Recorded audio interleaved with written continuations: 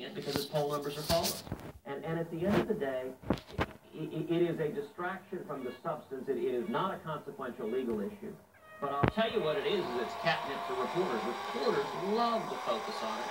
The good news, Sean, in my experience, the voters could not care less. They recognize these are serious times, and we don't need sideshows. We need a serious leader. And so I'm keeping the focus on the issues that matter to the American people. How do we bring back jobs and growth and opportunity so young people have a future? How do we defend the Constitution, the Bill of Rights, our Second Amendment, our First Amendment, our religious liberty, and how do we keep America safe? That's my focus. And I think more and more that is the voters' focus, even if the mainstream media reporters can't figure that out. Let me go back to the issue, and you were very passionate last night in your opening, talking about these 10 sailors, and you're right, it broke my heart as well, to see them with their hands up, their hands behind their back, and their heads. How would you have handled that? And do you see the connection? Because this is the week that we begin the implementation of what is a horrible deal, transferring $150 billion to the Iranian Moors, and do you think it's connected? It's absolutely connected, and this is a result. Every bad actor on earth has taken the measure of Barack Obama, and they've determined he's not a credible threat. He will not stand up for America, and he can be bowled over. I think the next year is going to be unbelievably dangerous, because every bad actor, whether Ayatollah Khamenei, whether Putin in Russia, whether China, whether North Korea, they are going to do. The only limits on the bad conduct they do is the limits of their own strength. I mean, it is a Hobbesian state of nature. It's like Lord of the Flies. And it is going to be a dangerous year because when the American president is a laughingstock, we've seen that once before with Jimmy Carter, and it is not good for America, it's not good for the world. Now, here's the silver lining, Sean. That can change overnight. It's worth remembering this same nation, Iran, in 1981, released our hostages the day Ronald Reagan was sworn into office. That's the difference a strong commander-in-chief makes. And so, if I were president, I do not believe Khamenei would have dared seize the ship. And if he had, number one, he wouldn't be getting $150 billion. He would be getting zero. But number two, any dictator that attempts to capture U.S. soldiers will face the full force and fury of the United States of America. And we will not have any servicemen and women on their knees if I'm elected president. What should the reaction be at this point? Because I agree with you, a message I think needs to be sent. I think the president should have immediately, I don't know why he made the deal in the first place, but he should have at least temporarily stopped the deal, demanded the immediate release, and then John Kerry goes out and says, oh, thank you so much for returning our sailors. I felt embarrassed listening to it. It is unfortunately this is an administration that does not defend them. It is painful to watch, but it's also why people are so frustrated. Listen, following Paris and San Bernardino, the president here national televised address where he doesn't even say radical Islamic terrorism. Instead, he goes into this impassioned attack on Islamophobia. For Pete's sake, how about focusing on keeping America safe? He says the answer is to take away the Second Amendment right to keep and bear arms. I think people are so frustrated. What is wrong when the President of the United States can't even see these people are our enemies, they have declared war on us, they want to kill us. And President Obama is an apologist for radical Islamic terrorism. He gives rationalizations on justification. John Kerry said the Islamic attack on Charlie Hebdo, that was understandable. He rationalized it. This is war crimes, and it's why, Sean, people are waking up in such incredible numbers. You know, every event we do all over the country, whether Iowa, New Hampshire, South Carolina, anywhere, just about every single event, people come up to me and say, I'm a Democrat, I voted for Barack Obama, I'm a union member, I'm with you. Every single event, and it's just like in 1980, Reagan Democrats, they were all FDR Democrats, and they were fed up with Jimmy Carter's weakness and groveling and appeasement to Iran and to our enemies, and they came over. The same thing is happening. It's why we're going to win. And 2016, I believe, will be an election like 1980. Because you now have had a lead in Iowa. You have challenged Donald Trump for no candidate has challenged him. We're 17 days away. How important is Iowa for you moving forward? And more importantly, looking out, if you were to become the nominee for the Republican Party, tell me some states that you think might be in play that perhaps in recent presidential election years have not been in play for Republicans. Right. Well, listen, Iowa is very important, but we don't view any state as a must-win. I believe we'll do well in Iowa. I hope we'll do well and believe we'll do well in New Hampshire. I believe we'll do well in South Carolina. But we don't view any of those early states as must-wins. We're running a national campaign. We're all in Iowa, all in New Hampshire, all in South Carolina, all in Nevada. And then 10 days after South Carolina is Super Tuesday, the so-called SEC primary. States like Georgia, Alabama, Tennessee, Arkansas, Oklahoma, Texas. Those are conservative states. They are military veterans, gun owners. They fear God. They love this country, and they're fed up with what Obama is doing. I think Super Tuesday is going to be an amazing day for us. And so we're competing hard to win every one of the early states, but unlike a lot of the candidates on that stage, we don't view any of the states as a must-win. And we have put together a national campaign based on the grassroots. Now, you asked about the generals. Our base is the conservatives who've been staying home, the millions of evangelicals who've been staying home. It's millions of young people who are fed up with 7 years of Obama stagnation and the assault on their rights. And then it is the Reagan Democrats. I think the single strongest part of our base are the working men and women, the union members, the truck drivers and mechanics and electricians, the Ohio steel workers, the Michigan auto workers. And so states that I think we will compete very well in that the previous Republicans haven't include states like Ohio, but also Pennsylvania, Michigan, Wisconsin, New Hampshire, New Mexico, Colorado, Virginia.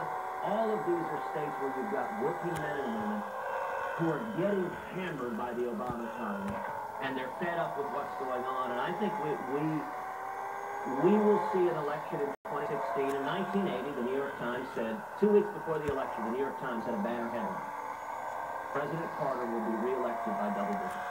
The media never saw it. That didn't happen. And yet Reagan won an incredible victory because working men and women said, this is nuts and we want America back. I think the same thing is going to happen. I believe we will win by painting in bold colors, not pale pastels. And that's the coalition we're seeing. And is Trump on your short list for VP if you win the nomination? Well, look, I think the world of Donald. I would say I'm so grateful Donald is in this race because, number one, he's energized a lot of people. He's gotten people to pay attention, which is very important because there are millions of people who would watch these debates who never would have seen it if Donald wasn't there, but who came away supporting us and hearing my positive, optimistic, conservative message. But number two, what Donald has really done is framed the central question of this country as who will stand up to Washington. Now, if that's the central question, the natural follow-up is, okay, who has stood up to Washington? Who's taken on not just Democrats, but leaders in our own party? And if that's the central question, we win. Because my record is materially different than everyone else on that stage. When millions of Americans rose up against the disaster that was Obamacare, I was proud to lead that fight. None of the other candidates on that stage were anywhere to be found. When millions of Americans rose up against President Obama's amnesty plan, the Gang of Eight, I was proud to lead that fight, standing with the Americans. Nobody on that stage, including people who talk about immigration as candidates, nobody on that stage was anywhere to be found standing with the American people. And I think voters understand what the scriptures say. Yeah. You shall know them by their fruits. I think that's what the voters understand. Okay. We got to take a break. All right, and we'll have more with Senator Ted Cruz right after the break. Then later on tonight, Donald Trump on his strong debate performance. Plus, former Speaker of the House Newt Gingrich is here to weigh in on the Republican showdown in South Carolina. And then later tonight. And unlike another woman in this race, I actually love spending time with my husband. Carly Fiorina unleashed an attack on Hillary Clinton last night. She'll join us and talk about that and more straight ahead.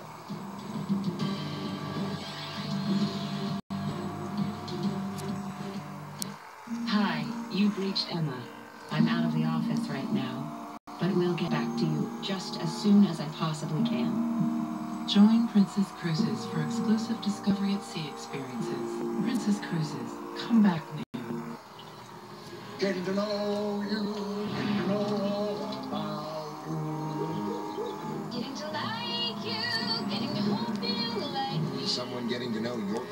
Not without your say-so. Credit Lock lets you lock and unlock your TransUnion credit report with the swipe of a finger. Getting to know you, getting to know all about you. Get one-touch credit lock plus your score and report at transunion.com. Meet Sal. He's more than the fastest salami slicer in East Schenectady. He's a marketer.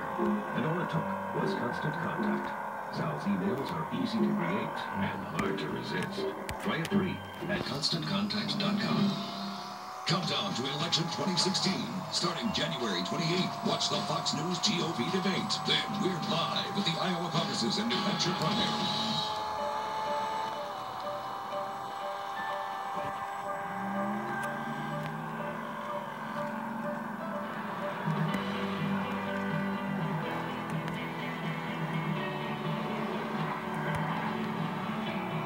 Jeep Cherokee with Selector.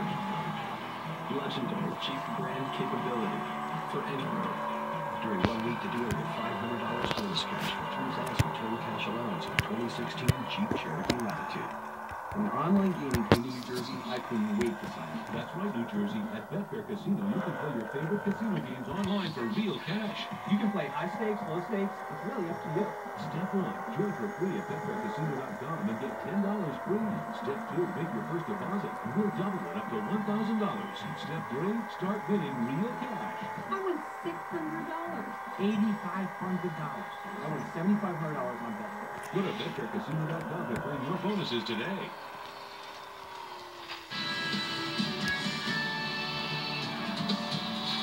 Live from America's News headquarters, I'm Jackie Ibanez. President Obama signing orders to lift economic sanctions on Iran. This following word of Tehran's compliance with last year's nuclear agreement. Secretary of State John Kerry says the threat of an Iranian nuke has been reduced, and the world is now and will remain a safer place. Iran will get about $100 billion in frozen assets. The country also stands to benefit from additional financial opportunities. Secretary of State Kerry also confirming 5 U.S. prisoners have been released from Iranian custody, and 4 should soon be on their way home. The freed Americans include a Washington Post reporter and a U.S. minister. The 5th American was released separately and is already heading home. In return, 7 Iranians will be freed from U.S. custody. I'm Jackie Ibanez. Now back to Hannity. Remember, for all your headlines, log on to foxnews.com. You're watching the most powerful name in news, Fox News Channel. Everyone understands that the values in New York City are socially liberal, or pro-abortion, or pro-gay marriage, focus around money and the media. And I guess I can frame it another way. Not a lot of conservatives come out of Manhattan. I'm just saying. So, conservatives actually do come out of Manhattan, including William F. Buckley and others, just so you understand. New York is a great place. It's got great people. It's got loving people, wonderful people. When the World Trade Center came down, I saw something that no place on earth could have handled more beautifully, more humanely than New York. And we rebuilt downtown Manhattan, and everybody in the world watched, and everybody in the world loved New York and loved New Yorkers. And I have to tell you, that was a very insulting statement that Ted made. All right, that was another fiery exchange between Senator Ted Cruz and Donald Trump at last night's GOP debate in South Carolina. Back with us, 2016 Republican presidential candidate Senator Ted Cruz. You know, Senator, this is interesting from my perspective because Andrew Cuomo, the governor, once said, if you're pro-life, if you're pro-Second Amendment, we don't want you in New York. And I made a big deal about it. And I had all these governors, including the Texas governor at the time, it was Rick Perry, inviting me to become a Texas resident. Rick Scott in Florida invited me to be a Floridian, and the North Carolina governor. There are different values. Do you know that? And I want to ask you about this because the New York Daily News was not kind to you today. It said "Drop Dead Ted," which, by the way, is typical New York headline. But if you live in New York versus where you live in Texas, you pay 14% more in income tax between state and city tax, almost 14% more. Yeah. I mean, and it is an 8-to-1 differentiation in terms of registration, Democrat to Republican. What did you think of that exchange? I don't think you're going to be getting a lot of New York liberals voting for you. Well, that's probably a fair assessment. Listen, everyone knows what New York values are. As you've noted, we've tried to woo you to come down to Texas because the New York politicians are doing everything they can to chase you out of here. Of course, we all honor and revere the first responders, the police officers and firemen who rushed into the Twin Towers. I have been standing and fighting for the cops and law enforcement and the incredible heroes every day of the campaign, and Donald knows that. He also knows that the origin of why I said that was that he did a long interview with Tim Russert, where he explained where he found his political views and values, and he said they all came from New York. So he told Tim Russert he was very, very pro-choice. He supported partial birth abortion. He was open to gay marriage, and all of that, he said, you got to understand, I'm from New York. Those aren't Iowa values. And this is Donald speaking. He said that's what New Yorkers believe, and that's why I believe it. So Donald used that as an explanation for his own views, and you know what, he's right. Those aren't Iowa values, they're not South Carolina values, they're not even New Hampshire values. And if you look at the media elite, if you look at the elite in New York who try to set the stage, and New York Daily News is a great example where, you know, they ran another front page blasting me because I was lifting up the victims of violence in prayer, and they find prayer offensive, and that's what people understand when you talk about that. You know, I'm reminded of the old Pace Pecani commercial where they're sitting around looking at some pecani sauce and they say, where was this made? New York City? Get a rope. People understand elite, out-of-touch media opinion. And that would be Washington, San Francisco, Los Angeles. Yes. A lot of places, absolutely. Right? Let me ask you this, Senator, because there's a real serious side. And I thought last night's debate was enlightening. It was informative. It was substantive. It had everything that I wanted. I thought there were great exchanges on all sides. But there's a really serious part of this debate, which is, I believe America is in decline. When you have 94.5 million Americans out of the labor force, 50 million in poverty, 46 million on food stamps, you have a doubling of the debt in 8 years, median income down, housing sales down. It is scary to me that we've got to turn this around. That, to me, is about those people that are suffering needlessly, and, of course, defending the country against ISIS and radical Islamists. So explain in the last minute that we have here how you can do that if you get elected. Look, people are hurting and they're scared. Obama's State of the Union was more a state of denial, claiming the economy is doing great. Working men and women are getting left behind, but we know how to fix this. We get back to the common sense principles that built America. We pass a simple flat tax. We repeal Obamacare. The economy will take off. There will be jobs and small businesses growing everywhere. And I'll tell you who I listen to and who gives me encouragement. You know, I started the week, the debate wasn't the coolest part of this week. I started this week going duck hunting with Phil Robertson and the whole Duck Dynasty clan. I got to tell you, it was amazing fun. By the way, Phil, down there. Yeah, Phil is an amazing shot. That man knows how to handle a shotgun. And Phil ended up endorsing me, which was incredibly cool. We put together this video with me in camo and face paint, and my girls, Caroline and Catherine, thought it was the funniest thing in the world to see Daddy in face paint with Phil Robertson. But you know what? That represents the working men and women, the backbone of this country. Those are who we're fighting for. And if we get back to those values in that duck blind in Louisiana, that's how we turn the country around. And I'm optimistic because people are waking up in incredible numbers and understand that that's what we're going to do. All right, Senator Cruz, it was, I think, the best debate last night. Very informative. Thank you for being with us. We always appreciate your time. Thank you, Sean. God bless. And coming up, you'll hear from Donald Trump about his strong debate performance last night. But first, former Speaker of the House Newt Gingrich is here with reaction to last night's showdown in South Carolina, and then later tonight. And unlike another woman in this race, I actually love spending time with my husband. Ouch. Carly Fiorina slamming Hillary Clinton on the debate stage. She'll be here later with more as Hannity continues.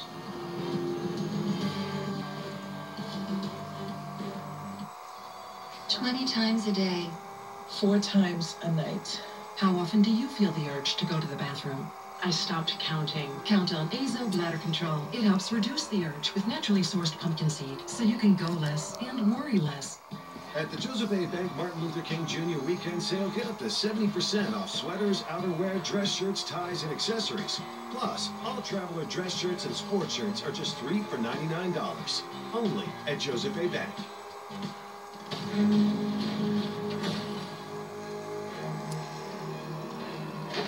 The best defense is defense. Use everything you have to protect your alliance. So, send a dozen choppers, and one chopper will do. Kill balls twice as high as you need. Join me and strike. Mobile Strike. Download and play now, free from the App Store. We gave New Yorkers a chance to explore their family history with MyHeritage.com. Looking for my grandparents?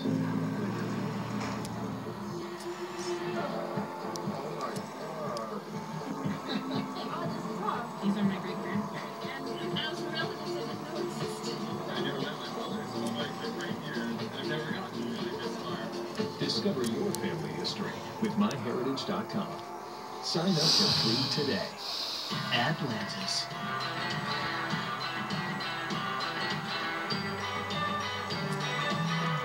Why do you vacation?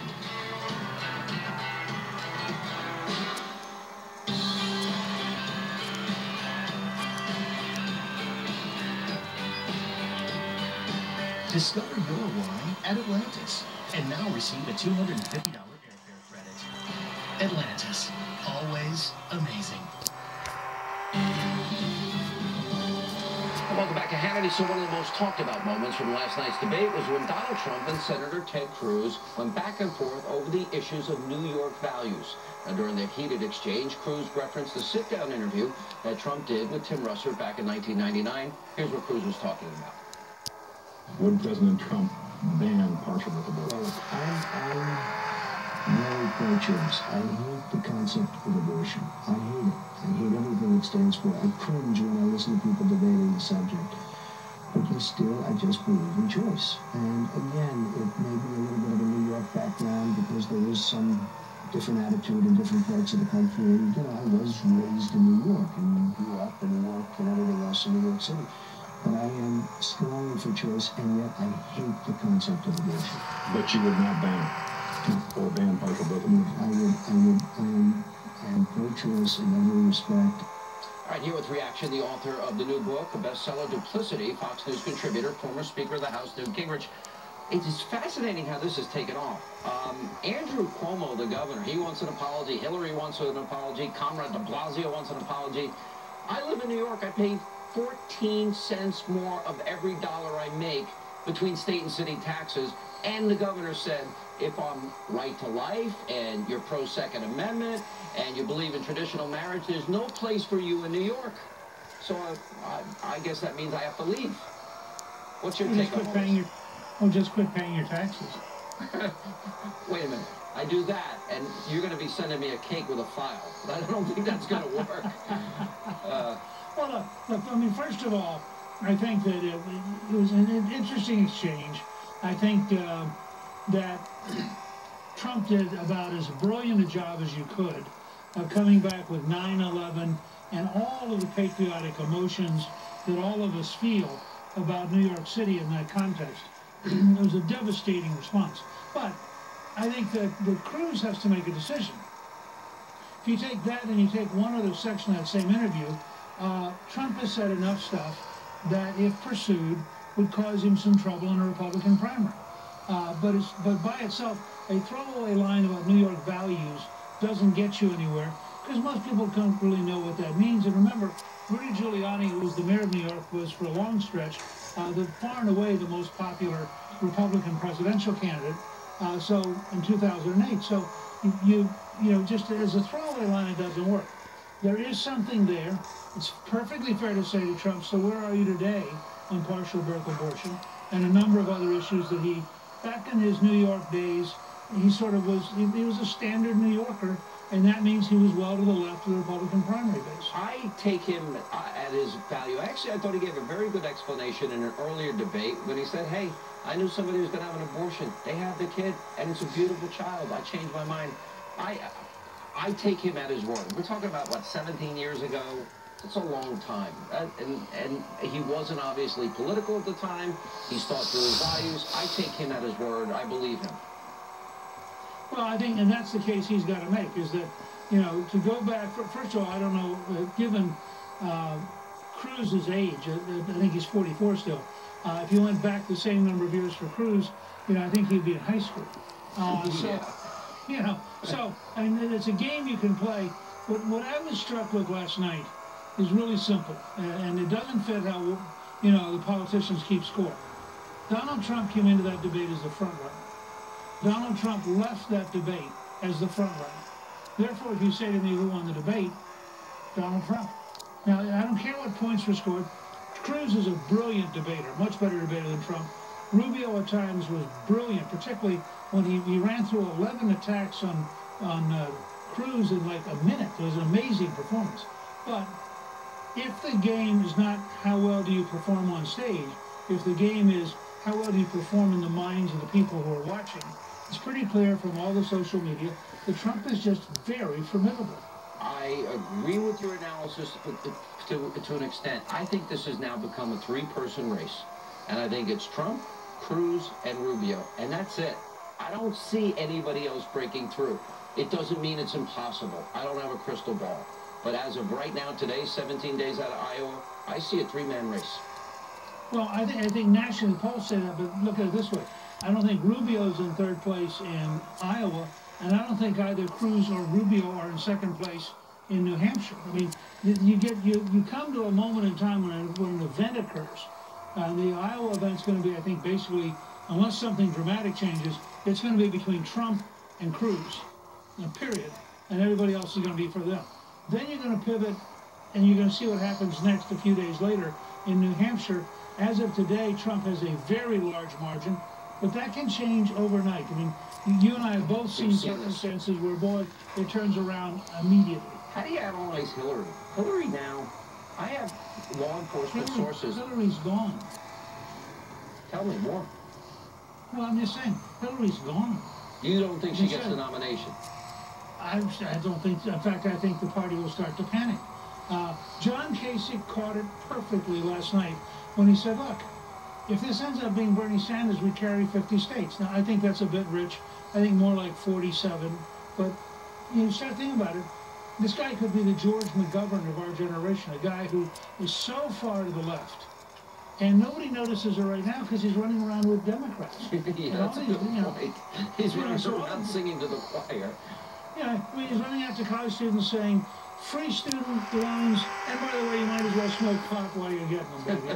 And they all go, oh, God, we love Sanders. You know, one morning, if he hadn't, and I think here's the danger, and I was thinking about asking somebody to run these numbers because I don't have them in my head. Callista had pointed out to me today that you run out of dates to file, and all of a sudden, if somebody comes in the race too late, they can't get on enough ballots to I raise the same question, but I'm told by others that, well, they'll change the rules, but I always thought you had to go through the legislature. It's not just a party rule. You can't change the rules. That's baloney. I agree with you. These are established by law. In Georgia, for example, the party which, if you're a delegate and you get elected in Georgia as a delegate, you are legally bound to that candidate for 2 rounds. Yeah. Now, if Hillary collapses, and the Washington Post did a devastating piece that showed that she's actually going down faster in 2016 than she was in 2008. Now, if she collapses, the Democrats will look up one morning and suddenly realize the person most likely to be their nominee is Bernie Sanders, who is a really nice 73-year-old nutcase who believes in a fantasy world that is so weird it makes Obama look normal. I mean, you're on your game tonight. All right, Mr. Speaker, good to see you. Thank you for being with us. Take care. All right, when we come back, Donald Trump had a big moment, a couple of big moments in last night's debate, a big debate. We'll get reaction from the GOP frontrunner next, and then later tonight. And unlike another woman in this race, I actually love spending time with my husband. All right, Carly Fiorina made headlines with that blistering attack on Hillary Clinton. She'll be here with reaction and more tonight on Hannity.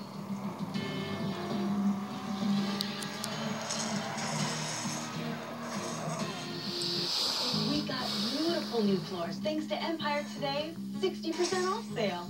We got carpet, 60% off. Hardwood, 60% off. Laminate, 60% off. And I didn't even have to leave the house. We saw lots of styles right in our own living room. We love our new floors. Don't miss Empire's 60% off sale. Schedule a free estimate now. 800-588-2300 Empire. Today. With the pain and swelling of my moderate to severe rheumatoid arthritis, ordinary objects often seemed intimidating. Doing something simple meant enduring a lot of pain. If RA is changing your view of everyday things, Orencia may help. Orencia works differently by targeting a source of RA early in the inflammation process. For many, Orencia provides long-term relief of RA symptoms. It's helped new RA patients and those not helped enough by other treatments. Do not take Orencia with another biologic medicine for RA due to an increased risk of serious infection. Serious side effects can occur, including fatal infections. Cases of lymphoma and lung cancer have been reported. Tell your doctor if you're prone to or have